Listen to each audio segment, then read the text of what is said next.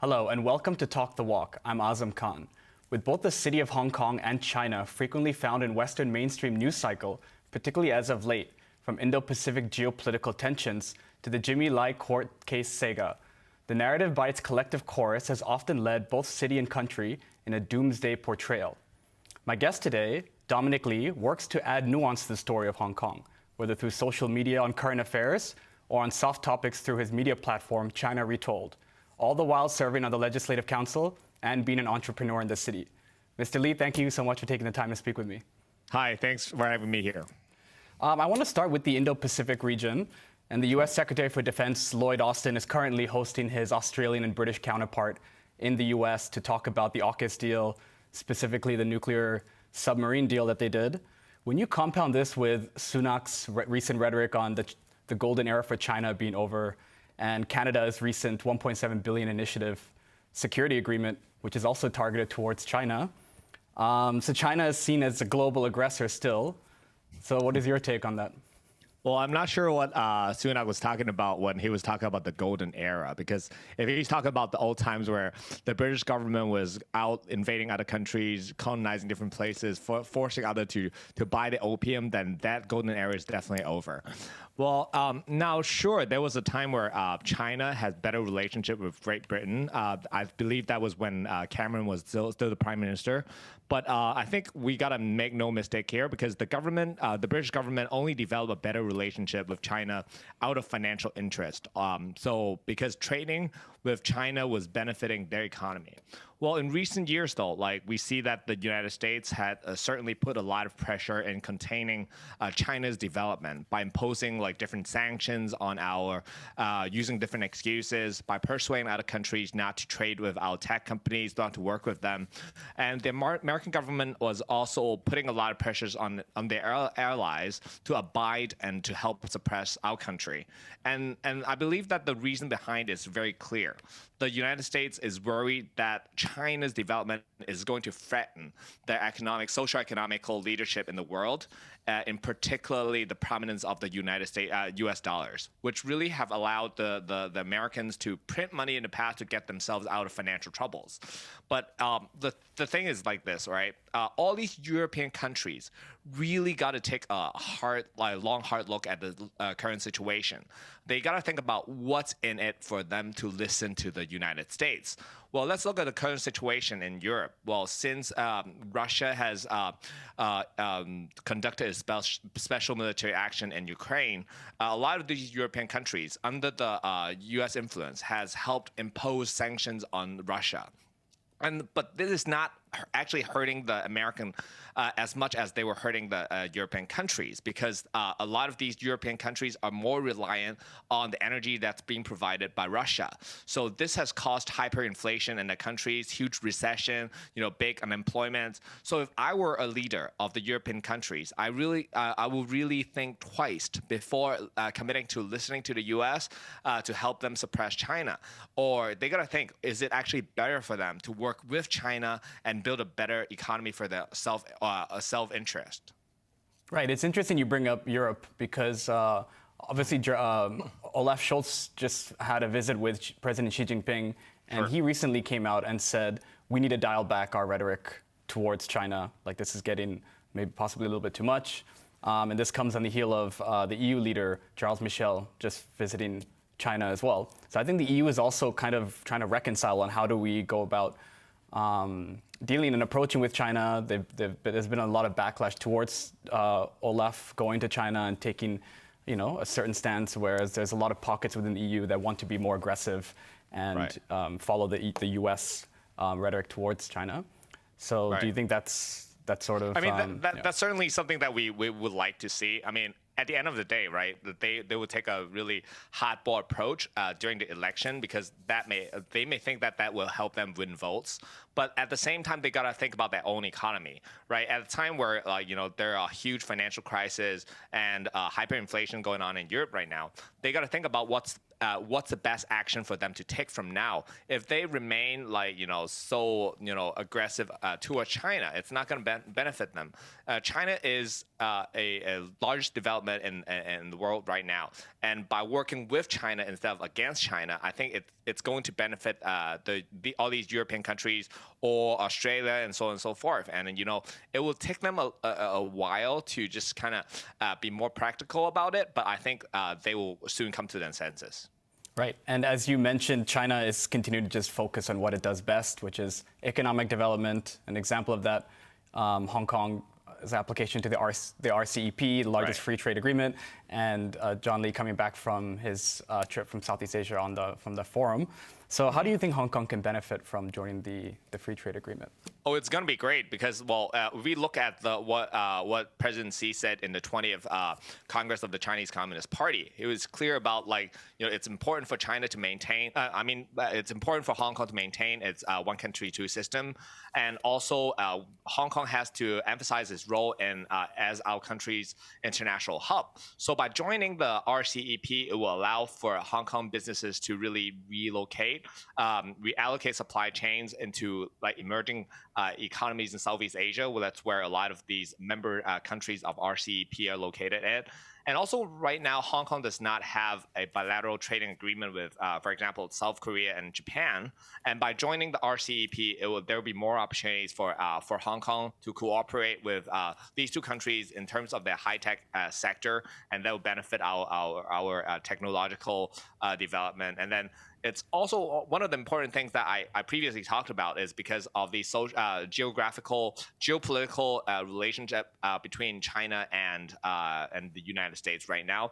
And in the past, Hong Kong has been really reliant on trading with the West, right? And that is right now, if you put all eggs in one basket, that's going to be very dangerous. So by increasing the portion of trade that we conduct with all these Southeast Asian countries and emerging markets, then we're going to reallocate our risk, and I think it's going to minimize our economic uncertainties, and also help develop our renminbi business, because in the past, renminbi is trying to internationalize, right? And Hong Kong is a global center for offshore renminbi business. And then we have we've been doing very well. And by joining the RCEP, I think it's going to take Hong Kong even a step further. So I think there's so much benefit by joining the RCEP. So we have submitted an application, I believe, earlier this year in mid-January. It usually takes 18 months for them to approve of an admission. So I hope this process will be speeding up and Hong Kong can join the RCEP soon.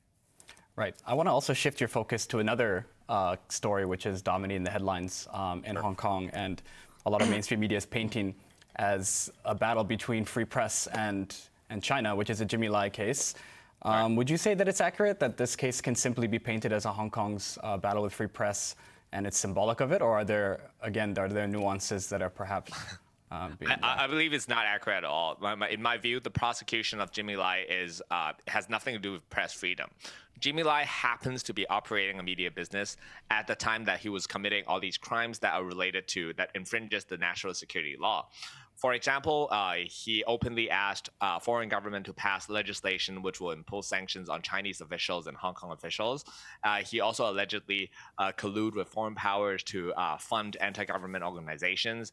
And he certainly played a key role in orchestrating large-scale movements that endanger national security. Notice that none of these has to do with his operation of Apple Daily or of a media organization. So I think let's not take it there. And so none of these offenses have to do with the media business. So it's not accurate to paint the prosecution of Jimmy Lai as a battle with press freedom.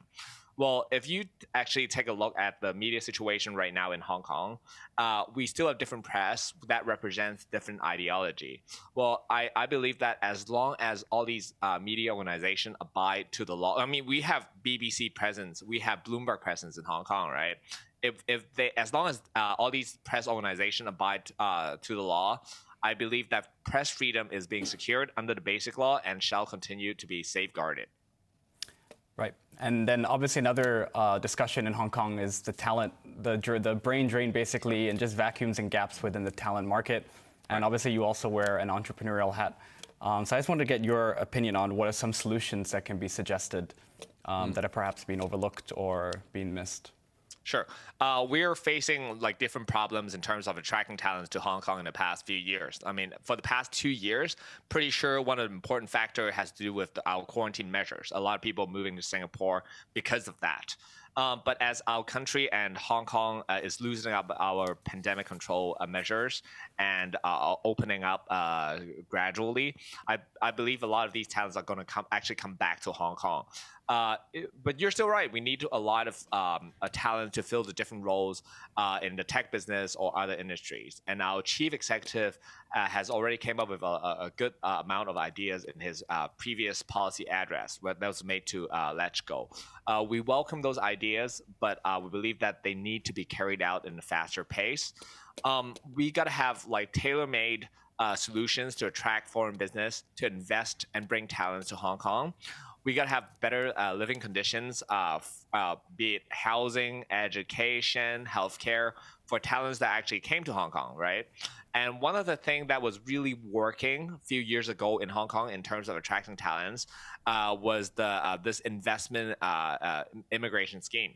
But that was stopped a few years ago because of the rising real estate property prices. But it doesn't have to be related to the purchasing of real estate. It can be of investment or business investment or so on and so forth. So we can work on that. You know, given that according to the chief executive, over 140,000 workforces has left Hong Kong in the past 2 years. I think it may be a good time to take a second look at this immigration scheme. Right. Are there any ways of, just following up on what you've been saying, are there any ways to leverage local talent and the youth currently here, or perhaps leverage the minority community and empower them to perhaps to fill in the gaps that are missing within the talent, the specialized field? Yeah, sure. Because right now we're a lot of the concentration of the media is talking about like how do we attract talents, right? But at the same time, we got to keep talents that are already in Hong Kong.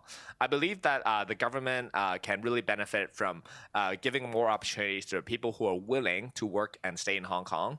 And I think the government is already doing that. You know, right now, actually, if you apply for civil servants, you apply to be AO. The competition has been was still kind of stiff, but it's not as stiff as before. So I think there's a lot of opportunities because people are leaving.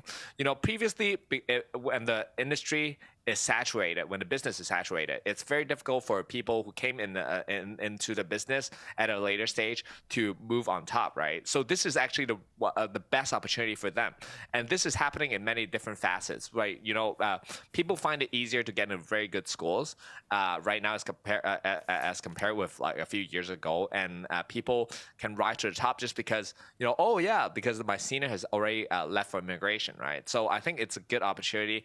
The government also needs to create more, you know, a sense of home and create more opportunity for the young talents or the ethnic minorities, as you have mentioned, in Hong Kong, to keep them in Hong Kong.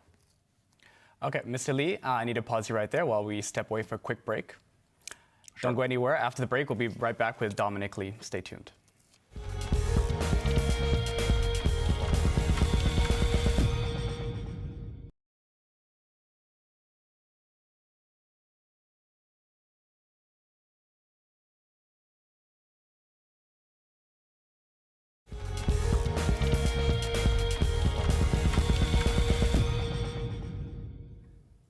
Welcome back to Talk the Walk. I'm speaking with Dominic Lee, Legco member and co-convenor of media platform China Retold. Mr. Lee, I want to talk about China Retold. It's a very interesting platform that helps tell China's story, which is perhaps lacking in Western medias that you get from Western mainstream media. But I'm curious about how you can balance attracting the Chinese audience and the non-Chinese diaspora for content that both find appealing. Is that something that you have to keep in mind normally when you're doing it? Sure. You know what's interesting is because we always have this like debate internally, like where some of our members will say, oh yeah, we need to be more political and we need more wolf warrior-like contents. And then on the other side, there will be people who say, wait, but you're not attracting a wide enough audience by doing so. We need to create softer contents like vlog, traveling, cooking, etc. my view is my view is those two type of different contents are not mutually exclusive, and we need actually both, and we need different people playing different roles. Well, if you take me as an example, I'm a Legco member, I'm a politician, right? So I already have an existing image of what I stand for. So I'm going to be the wolf warrior of the pack, right? And the benefit of that is that I can amass followers who are already supporting our ideology fast, really fast, because these people already care about what we care about, and they're hungry for our kind of content because our kind of content resonate with what they're already thinking about. Now, I know you're going to ask, right? But how many people in the world that are non-Chinese but are actually strongly pro-China? Well, the answer to that is there's a lot, I can tell you. But they may not identify themselves as pro-China per se, but there are a lot of people out there in the world that are actually anti-America. I believe the word those people use to describe themselves is anti-imperialism. Does that make them pro-China per se? Well, not necessarily, but they are always open to any content that does not follow the Western media rhetoric. I believe that by building a following of people who already agrees with you is the first thing that we need to do. And in telling the China story, because we need to have this strong base of supporters for us to put our message out there and to have people argue for us on different platforms. Right. So these people who are already supporting us will be our initial seed audience, and they are the people that we need first. Okay? Yeah, I think the things that you brought up with that you have in-house discussions on Right. whether to focus on that is something that a lot of media companies actually in Hong Kong, try. They have the exact same, whether it's a large conglomerate or whatever, have the exact same problems. Right. And it's something you get in Hong Kong, even just generally in the creative field, in the arts Sure. and what have you, like. Who are you catering to? The English-speaking diaspora, but they think differently from the Chinese one. So it's a very interesting thing to balance all these different pockets. And as you mentioned, from the foreign audience, like there's not much of an understanding for a lot of people on China. Right. So it's just they just get their news media outlet on what is happening in China. Right. So yeah. But you're also right. There are people who are saying that like you cannot all be like wolf warriors. They are also right, because it's true that this market is limited, right? If it's just going to be like a wolf warrior. So the second stage, so there are different stages to it, right? So I believe the second stage is we need to appeal to a wider audience as well, who perhaps previously doesn't have a strong view about China. They simply don't know what's going on and haven't formulated the idea whether or not the uprise of China is going to benefit them or not, right? Now, to appeal to this wider audience, we need to have softer contents. But it's not going to be me that's doing it. We need attractive, well, for example, attractive girls cooking, traveling, or showcasing Chinese food, or entertainment restaurants, and so on and so forth. Well, so we need to have people creating those kind of contents as well, right? So in China Retold, we have former Miss Asia, we have models, they do their soft contents. And I will focus on doing my wolf warrior content. We need both, and they're not mutually exclusive. Right, but is telling Hong Kong's story a particularly difficult task right now when you have mainstream media basically writing the obituary for Hong Kong? And how can Hong Kong otherwise serve the purpose of being able to tell China's story? Because I think that that's Hong Kong's next role going forward, as being in the past it was a gateway to China, to mainland China, economically and through trade. Now it's not as much needed anymore, but being the gateway in the soft power aspect, I think, is crucial. I think it's possibly the most important thing that China needs going forward. Yeah, most definitely. Because I think Hong Kong has a huge role to play in telling the China story. Well, because I'm assuming when you refer to telling the China story, you actually want our story to be heard by an international audience, right? Because what's the point of telling the China story to Chinese people using the Chinese language on Chinese platform, right? There's no point of doing that. Well, in order to get our message across to an international audience, I think that's where people from Hong Kong really can come in. Because first of all, forget about getting our message across Western mainstream media. Like forget about BBC, forget about CNN, forget about Financial Times, because they all have their own agendas, right? They're unlikely to portray China on a positive light, right? So that really leaves us with for example, social media. I think that's more important. But however, the social media that people from the West are actually using are that'll be YouTube, Facebook, Instagram, TikTok, Twitter. But the thing is, like, people from mainland China don't actually use those social media, right? But here in Hong Kong, we do. So that really put us in a very important position. And the second thing is a lot of people from Hong Kong are actually foreign educated. They have a strong command of the English language, and they're exposed to a Western culture. So it's easier for Hong Kongers to create content and be able to tell the China story in a way that's more acceptable to international Western audience. So I think that is why Hong Kong is so important in the telling of China's story going forward. Right. And you mentioned the importance of young people in Hong Kong to be able to tell the story of Hong Kong. And obviously that's a big thing that Chief Executive John Lee also emphasizes a lot, is telling the story of Hong Kong, telling the story of China. But how do you empower these young people who are often, mostly in the creative field? Right. How do you allow them to thrive in a city here, to be able to pursue their dreams in that field, and then to empower them to be able to tell the story when you have so many obstacles for a creative in this city, whether it's for obvious lack of channels or the expensiveness of property and what have you. So how do you how do you empower them to be able to do that? Yeah, you're absolutely right. Hong Kong is an expensive city, so it makes it hard for these young people to sustain the living before they become successful.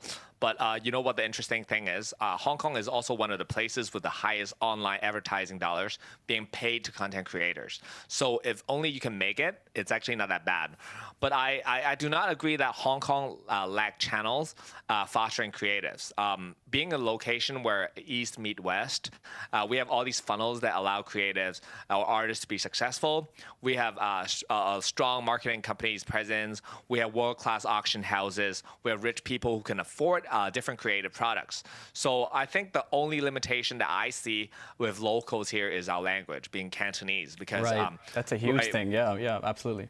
Right, which unlike English or Mandarin, limits our market size. That's the only limitation that I see. But there's also a lot of creators who overcame this difficulty either by adopting a different language or creating contents where language is not involved. For example, one of the most successful YouTubers in Hong Kong is actually Emmy Wong, all right? So she is a girl that do yoga and stuff like that. First of all, yoga doesn't require language. And second of all, she will speak both English and Cantonese with subtitles. And that makes her one of the most successful YouTubers in Hong Kong and making a lot of money.